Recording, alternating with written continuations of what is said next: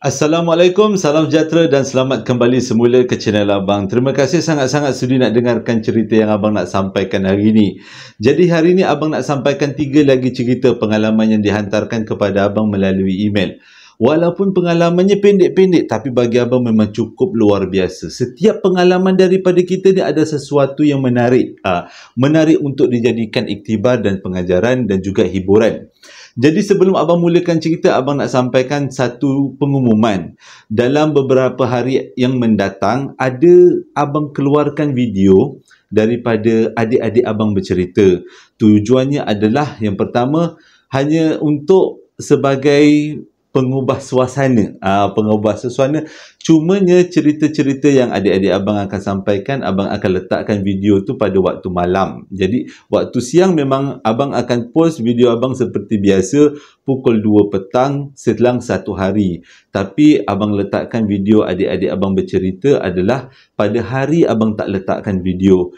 Tujuannya macam Abang cakap tadi adalah untuk pengubah suasana. Jadi, memberi peluang kepada adik-adik Abang untuk bercerita sebab mereka pun ada cerita mereka tersendiri. Itu sebagai satu cara untuk mengeratkan hubungan adik-beradik je lah. Jadi, tanpa membuang masa sebelum kita mulakan cerita, marilah kita sama-sama berdoa kepada Allah Ta'ala. Semoga Allah panjangkan umur, murahkan rezeki, berikan kesihatan yang baik untuk kita semua dan permudahkan segala urusan kita dunia dan di akhirat. Dan semoga Allah memberikan syurga buat mak ayah kita dan memberikan keamanan untuk satu dunia. Amin ya rabbal alamin. Jadi tanpa membuang masa lagi, Abang akan mulakan cerita kali ini dengan auzubillahi minasyaitonirrajim. Bismillahirrahmanirrahim. Satu hari Abang dapat email daripada seseorang yang bernama Ira. Dan dia ceritakan kepada Abang satu pengalaman yang Abang belum pernah lagi ceritakan. Memang ceritanya agak pelik dan luar biasa. Tapi dalam email tu tak pula diceritakan kepada Abang tahun bila berlakunya peristiwa ini. Tapi Abang harap cerita ini boleh menjadi sesuatu petunjuk ataupun sesuatu yang kita boleh jadikan iktibar. Waktu tu Ira berumur 22 tahun. Dan waktu kejadian tu adalah di Sabah. Dengan kata lain dekat Beaufort. Dekat Beaufort kejadian ni. Daripada kecil sampailah berumur 19 tahun, Ira tinggal dengan atuk dengan nenek dia. Atas sebab-sebab masalah keluarga ataupun tak pula dinyatakan pada Abang. Tapi sampailah umur dia 19 tahun, barulah dia masuk ke kolej untuk buat diploma. Waktu dia buat diploma tu, sepanjang dia buat diploma sampai habis, dia duduk dengan mak ayah dia. Jadi, dengan kata lain, sejak daripada kecil sampai umur 19, duduk dengan nenek, dengan atuk. Daripada 19 sampai ke umur 22 tahun, dia duduk dengan mak ayah dia. Ceritanya, selepas habis dia belajar diploma dan dia dapat kerja dekat satu kedai pakaian. Sebenarnya itu bukanlah tempat kerja yang dia cita-citakan, tapi sementara nak mendapat pengalaman bekerja, dia tak kisah nak kerja kat mana pun, asalkan ada pengalaman. Lebih-lebih lagi, bidang yang dia belajar ada kena-mengena dengan accounting, kira-kiraan. Jadi, pengalaman bekerja di kedai adalah satu pengalaman yang bagus. Tapi dia kata, sejak dia tinggal dengan mak ayah, dia tipulah kalau dia kata dia tak rindu dengan atuk dengan nenek dia. Memang setiap saat dia akan teringat. Lebih-lebih lagi atuk dengan nenek dia pada waktu tu dah cukup tua. Maksudnya bukan, jangan anggap macam buah. Maksudnya dia dah tua lah. Maksudnya perlukan perhatian. Jadi dia kata susah hati juga tinggal jauh daripada atuk dengan nenek. Tapi susah hati dia tu taklah berapa sangat sebab bila fikirkan dia perlu mengejar cita-cita. Pada masa yang sama adik-beradik mak dia iaitu anak-anak atuk dengan nenek ada di sekitar rumah atuk dengan nenek dia. Bolehlah tengok-tengokkan atuk dengan nenek dia. Tengah seronok-seronok bekerja. Pada satu hari tiba-tiba mak bapak dia datang. Tengah dia bekerja ni, dia ingatkan mak bapak dia datang saja-saja nak tengok dia bekerja ke, nak hantar bekal makanan ke. Rupanya mak bapak dia beritahu yang atuk dia dah meninggal. Jadi pada waktu tu dia rasa sedih sangat dan pada petang tu dia minta izin dengan bos untuk balik ke rumah. Bila balik, dia majlis pengkebumian diuruskan dengan penuh takzim, baik, semua tak ada masalah, berjalan dengan lancar. Jadi selepas daripada tu, dia dah mula rasa susah hati. Sebab dia terpaksa tinggalkan nenek dia dalam keadaan yang sangat uzur dan tua, jauh daripada dia. Jadi, selang beberapa bulan selepas atuk dia meninggal, dia minta izin dengan... nampak kan? Dia minta izin dengan mak bapak dia untuk tinggal bersama nenek dia. Dia nak temankan nenek dia. Semoga dia kata inilah amal bakti. Sebab nenek dia dah jaga dia daripada kecil. Dia harap dia dapat jaga nenek dia sampailah nenek dia pergi meninggalkan dunia. Sebab pada waktu tu nenek dia betul-betul dah tak berapa nak sihat sangat. Jadi dia habiskan masa-masa menjaga nenek dia sebab nenek dia pada selepas atuk dia meninggal, nenek dia dah tak boleh bangun lagi, dah terlantar. Dimandikan, disuapkan makanan, dipakaikan baju, semua diuruskan sendiri. Tapi ada kalanya adik-beradik mak dia pun tolong-tolong. Pada satu hari, ni dah mahu nak masuk cerita. Pada satu hari tu, waktu tu tengah malam, lebih kurang pukul 11 lebih. Kalau dekat Sabah, dia kata pukul 11 lebih ni dah cukup malam, dah gelap dah pun. Jadi dia tengah baring sebelah nenek dia. Waktu tu nenek dia memang betul-betul bukanlah tak sedar tapi tak boleh bangun. Mata masih lagi boleh bergerak, mulut masih lagi boleh bercakap, boleh berborak. Cuma nenek dia tak boleh bangun, jadi dia duduk je lah, baring je sebelah nenek dia sambil dia pegang-pegang tangan nenek dia. Tiba-tiba, dia nampak dekat hujung kaki nenek dia ada satu lembaga, bukan lembaga lah, tapi satu makhluk warna hitam. Dia pelik pada waktu tu. Siapa pula ni? Diingat pada waktu tu mula-mulanya bayang-bayang. Jadi dalam keadaan bilik yang ada cahaya tapi tak berapa nak terang, dia besar-besarkan mata nak tengok apa benda pula yang ada dekat kaki nenek dia. Waktu dia cuba perhatikan betul-betul apa benda yang berdiri dekat kaki nenek dia, benda tu bergerak macam angin ke tempat lain tapi masih ada dalam bilik. Dia bergerak ke tempat lain. Lepas tu dia pandang dekat tempat yang benda tu bergerak. Benda tu bergerak lagi dekat siling. Lepas tu bergerak lagi kat kepala katil. Dia berlegar-legar dekat dalam bilik tu makan masa lebih kurang 10 minit. Pada waktu tu nak kata takut, dia tak rasa takut. Tapi dia terfikir, ini apa? Ini apa ni? Jadi waktu dia pandang dalam keadaan yang berteka-teki tu, dan pada waktu tu juga benda tu hilang. Dan hilang tak nampak apa-apa. Dan waktu tu dia rasa macam ada sesuatu yang tak kena. Adakah ini ada bayangan kematian ataupun sesuatu yang berkaitan dengan apa yang terjadi seterusnya? Jadi pada waktu tu dia pandang nenek dia masih lagi tidur, diam, tak ada cakap apa-apa. Jadi esok paginya dia tak cerita dekat siapa-siapa. Sebab dia kata kalau dia cerita mungkin orang anggap benda tu sebagai main-main ataupun benda yang tak serius.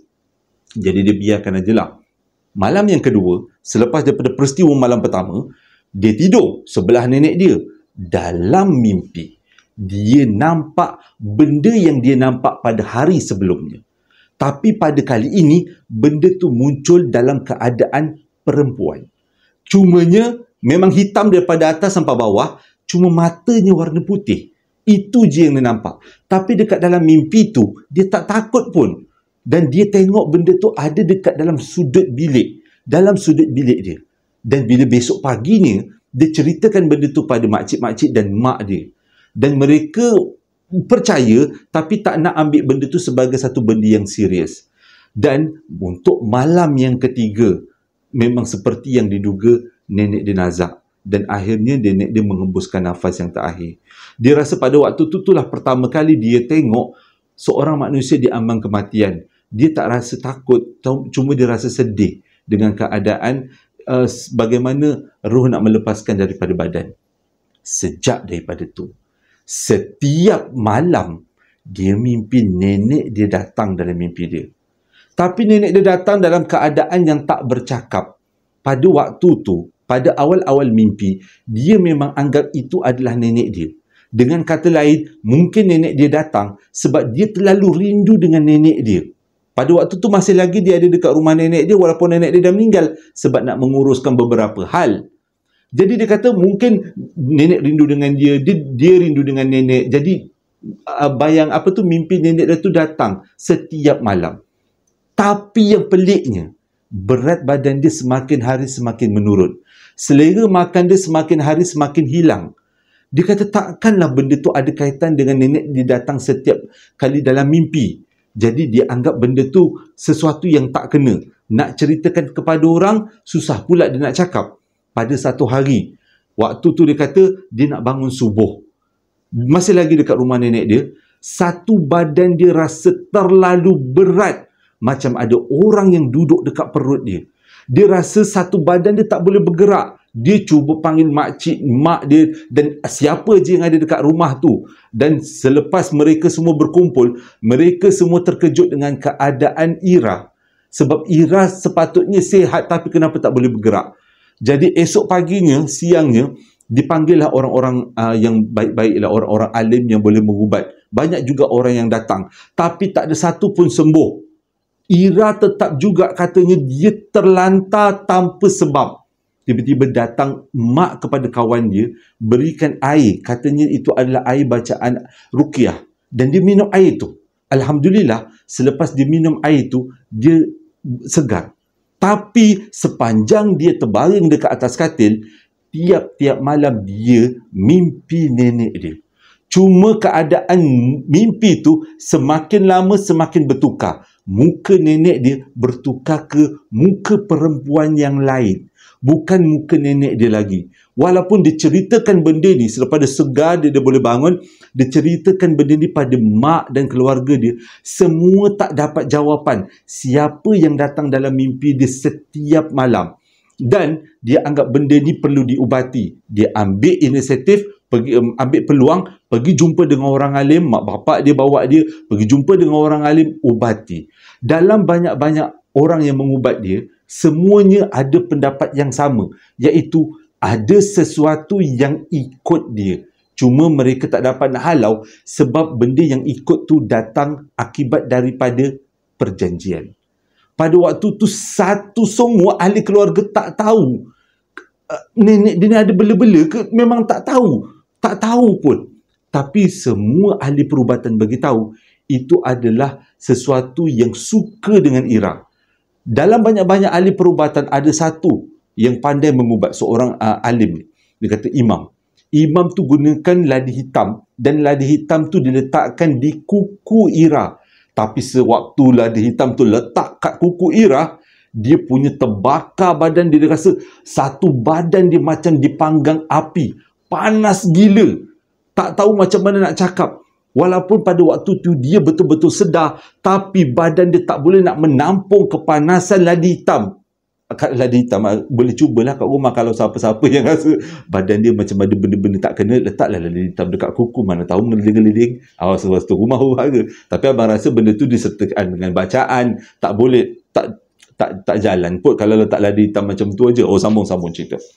Jadi waktu dia meleding-ngeleding tu, barulah semua ahli keluarga tahu yang Ira ni ada sesuatu, memang betul lah, ada sesuatu benda yang ikut. Sebab kalau kita badan orang biasa, mustahil kita akan rasa kepanasan macam tu. Jadi dia mengubat, akhirnya dia baik semula. Cuma yang menjadi persoalan, apa benda tu?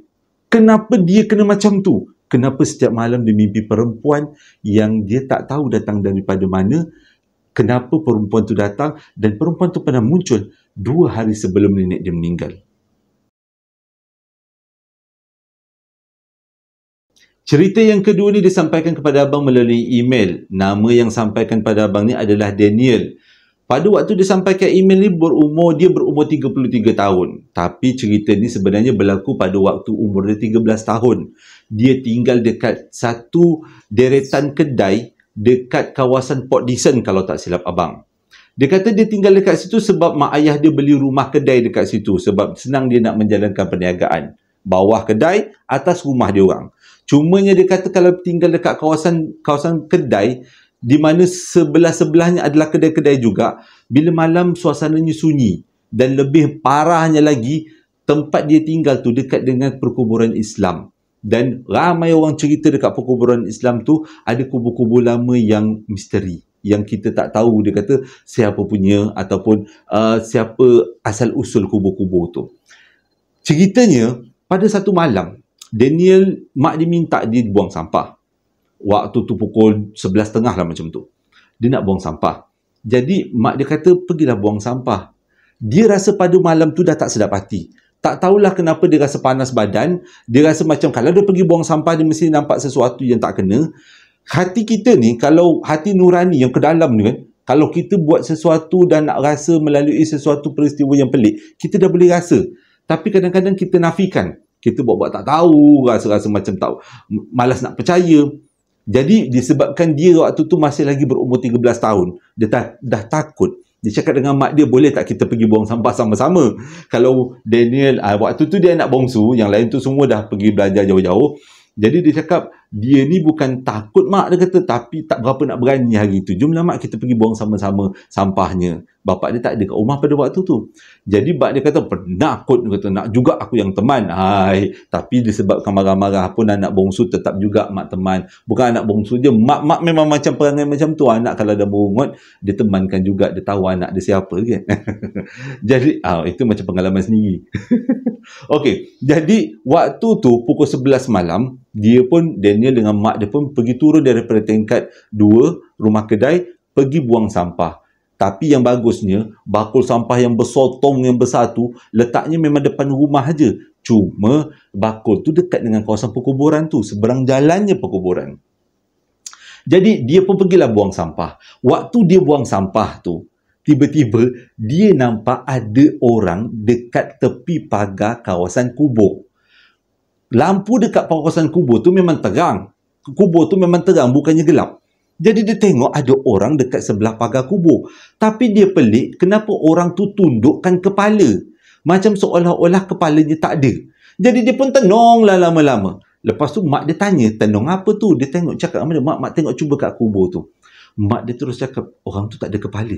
Jadi pada waktu tu, dua-dua beranak ni dah macam pelesit lari pada situ, naik tangga cepat-cepat. Waktu nak sampai ke naik tangga tu, entah macam mana, si Daniel ni nampak ada kelibat orang yang terbang daripada kawasan pintu pagar kubur tu ke bumbung tempat dia orang tinggal. Rasa macam ada benda. Jadi cepat-cepat dia pegang tangan mak dia pegang tangan dia, berlari-lari dua beranak ni, tutup naik atas. Tok, sampai dekat atas. Dekat atas, tutup pintu, kunci, diam. Dah tersenyap dua beranak ni. Mak dia kata, selawat. Kita kena kuatkan semangat. Lain kali, kalau nampak apa-apa, jangan tegur. Dia cakap, mak yang tegur dulu. Sebab itu benda tu tengok kita. Oh, tak apa. Dah. Kita selawat je. Allahumma salli ala sayyidina Muhammad wa ala sayyidina Muhammad. Jadi dua beranak ni, dah tinggal dua orang kat rumah. Duduk selawat lah sepanjang malam. Selawat. Sementara nak tunggu bapak dia balik. Jadi selepas bapak dia balik, mak dia pun layan bapak dia makan, dungdang, lebih kurang pukul 12.30 malam. Dia waktu tu memang duduk depan TV. Abang akak memang tak ada kat rumah. Jadi dia malas nak tidur dalam bilik. Sebab dia kata kalau tidur dalam bilik, panas. Dia lebih suka tidur ruang tamu. Bentang toto, bentang tikar semua. Jadi lepas kurang pukul 12.30 malam, mak bapak dia cakap, mak dengan abah nak masuk bilik nak tidur. Kau tidurlah, dia kata. Jadi dia kata tak adalah takut sangat sebab tadi dia nampak dengan mak dia. Tapi waktu ni, dia dah tinggal seorang-seorang dekat depan TV. Jadi perasaan takut tu datang balik. Kalau lah benda tu datang dalam hati ni, kalau benda tu datang, aku nak buat macam mana? Kucing mana kucing? Kucing mana kucing? Dia baru teringat dia bela kucing. Jadi dia kumpulkan 2-3 ekor kucing dia dekat sebelah tempat dia tidur. Kucing-kucing tu pula jenis manja-manja. Jadi banyaklah kucing bertumpuk-tumpuk duduk dekat sebelah dia nak menemankan dia tidur. Waktu tu dia kata lega jugalah bila ada kucing-kucing. At least kurang-kurang pun ada yang teman walaupun bentuknya berbulu-bulu macam tu. Jadi dia pun tidurlah baring. Tidur lebih kurang pukul 1 macam tu. TV semua dah tutup, lampu semua dah tutup. Ada lampu dapur je yang terbuka. Nampaklah juga di sekitar-sekitar rumah tu tak adalah seram sangat. Dia kata mak ayah dia dah berdengkur lah dekat dalam bilik. Tengah-tengah dia tidur, tiba-tiba dia terjaga lebih kurang pukul 1 pagi. Dia 1:30 macam tu. Dia terbuka mata, dia tengok pukul 1:30.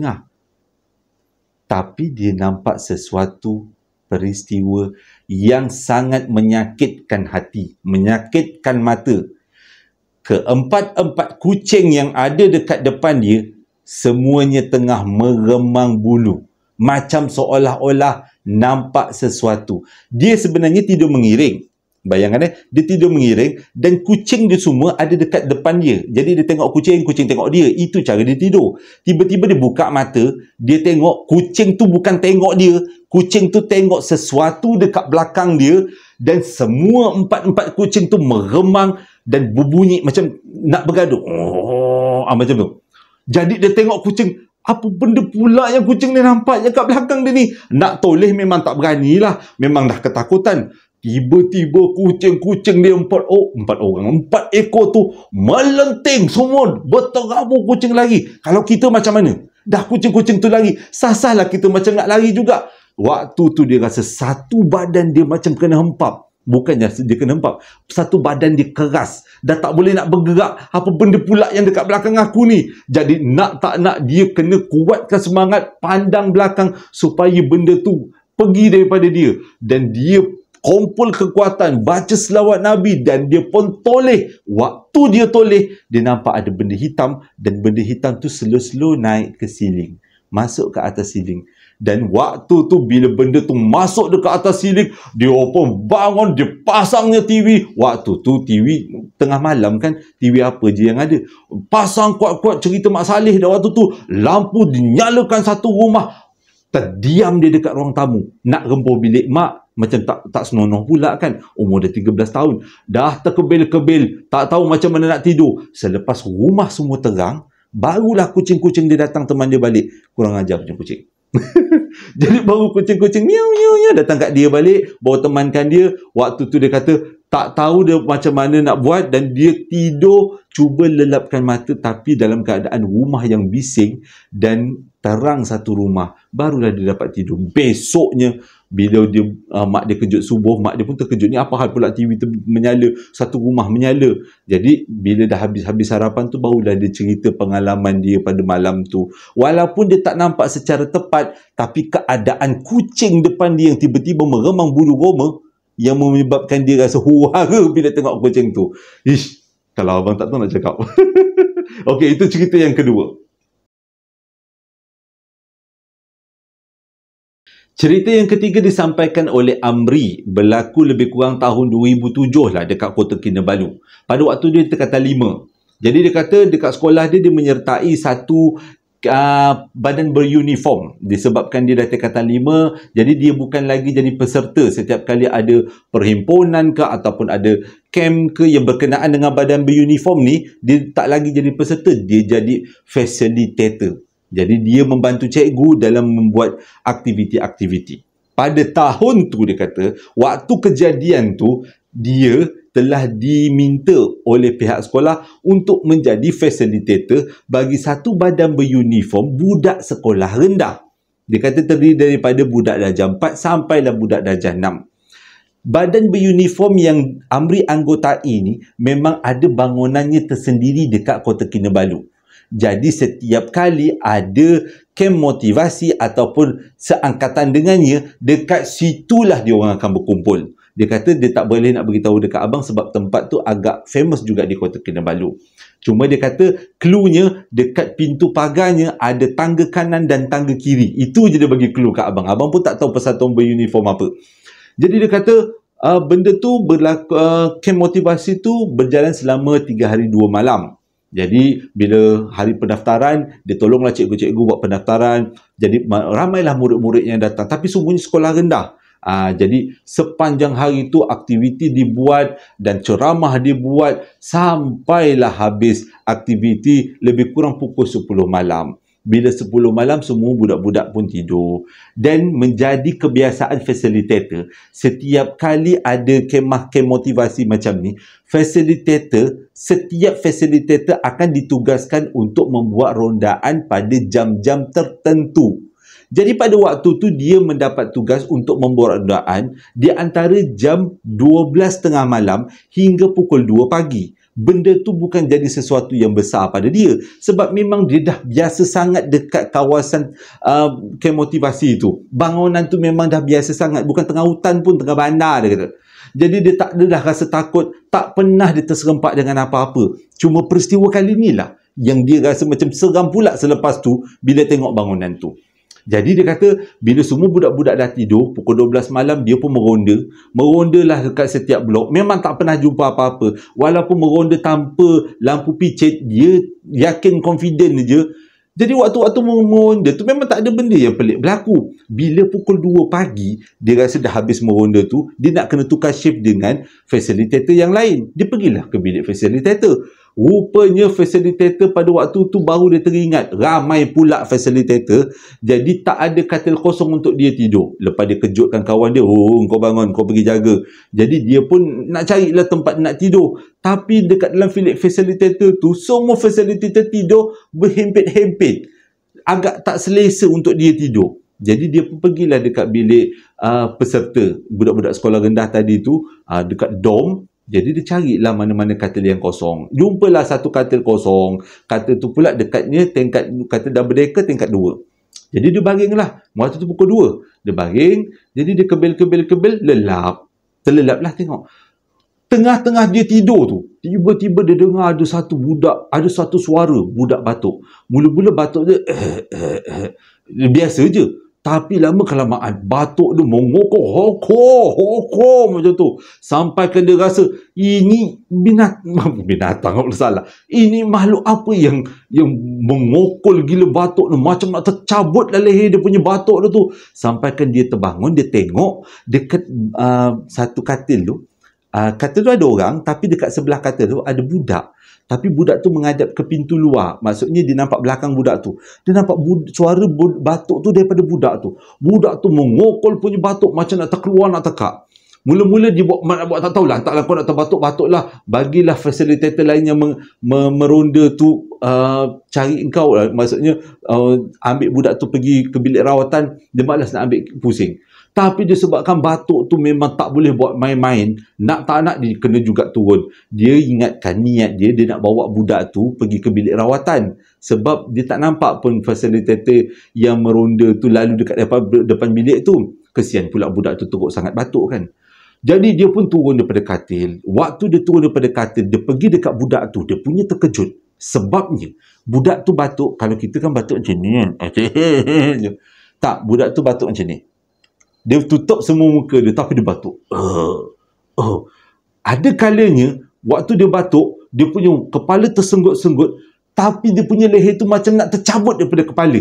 Pelik dia kata. Tapi dia kata mungkin dalam keadaan samar-samar malam, hanya bayangan-bayangan dia je kot. Budak tu mengokol batuk. Jadi dia cakap, macam ni lah dek, abang bawa adik, maksudnya dia kata 5 kan, abang bawa adik pergi bilik rawatan, adik pergilah duduk kat situ. Tapi budak tu tak menyaut, dia batuk koho macam tu. Jadi dia kata, okey, kalau tak nak ikut abang, tak apalah, abang panggil ahli-ahli perawat tu datang sini tengokkan adik. Adik batuk dia teruk sangat. Budak tu tetap juga tak menyaut, tak hek tu. Jadi dia pun nak keluar daripada bilik. Waktu dia nak keluar daripada bilik tu, budak tu masih lagi batuk. Dia bukalah pintu nak keluar ni. Waktu dia nak berjalan keluar, baru dia teringat ahli-ahli perubatan pada malam tu tak ada. Balik esoknya baru ahli perubatan datang. Jadi dia pun tak jadi masuk balik dalam bilik dom, tutup pintu. Palinglah tengok budak tu dah tak ada. Budak tu mana boleh pergi, dia kata. Bukan tadi dia ada batuk ke? Jadi dia tanya, budak kau kat mana? Kau kat mana ni? Mana budak batuk tadi? Jadi dia nak pastikan budak tu ada. Jadi dia buka lah lampu. Bila dia buka lampu, teranglah semua lampu. Dia cuba cari kat mana budak tu. Pintu keluar hanya ada satu. Tak ada pintu lain. Semua budak tidur. Dan dia tengok setiap budak. Ada tak budak yang bentuk rupanya macam budak yang batuk tadi? Tak ada. Semua budak-budak tak ada yang serupa dengan budak batuk. Pada waktu tu baru dia perasan, alamak, dia kena main lah. Selama dia jadi facilitator dekat bangunan tu, tak pernah dia ada pengalaman yang pelik-pelik. Inilah kali pertama. Sejak daripada tu taubat, dia kata, memang dia, jangan kita fikir waktu kita lapang-lapang kita tak diuji. Kita pasti akan diuji untuk menguji kita punya kekuatan iman agaknya.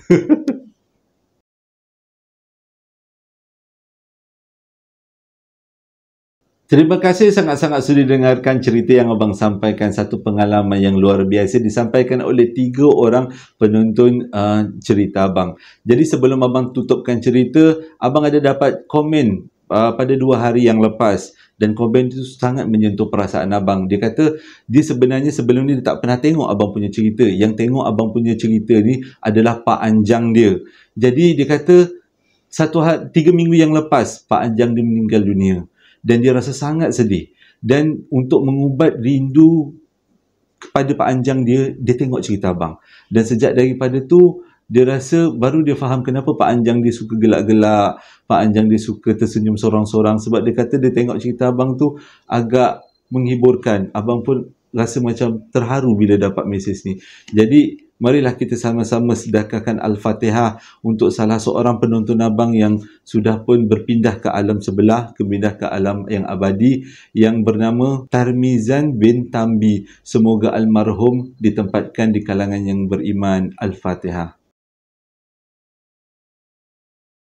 Pada 29 hari bulan 6 itu adalah hari jadi untuk seorang kakak, kakak penonton kita yang bernama Nur Ain Senik. Dan ini adalah ucapan selamat hari jadi untuk akak ni. Selamat hari jadi kak, semoga panjang umur, murah rezeki dan sentiasa diberikan kesihatan yang baik dan dipermudahkan segala urusan buat akak dan suami.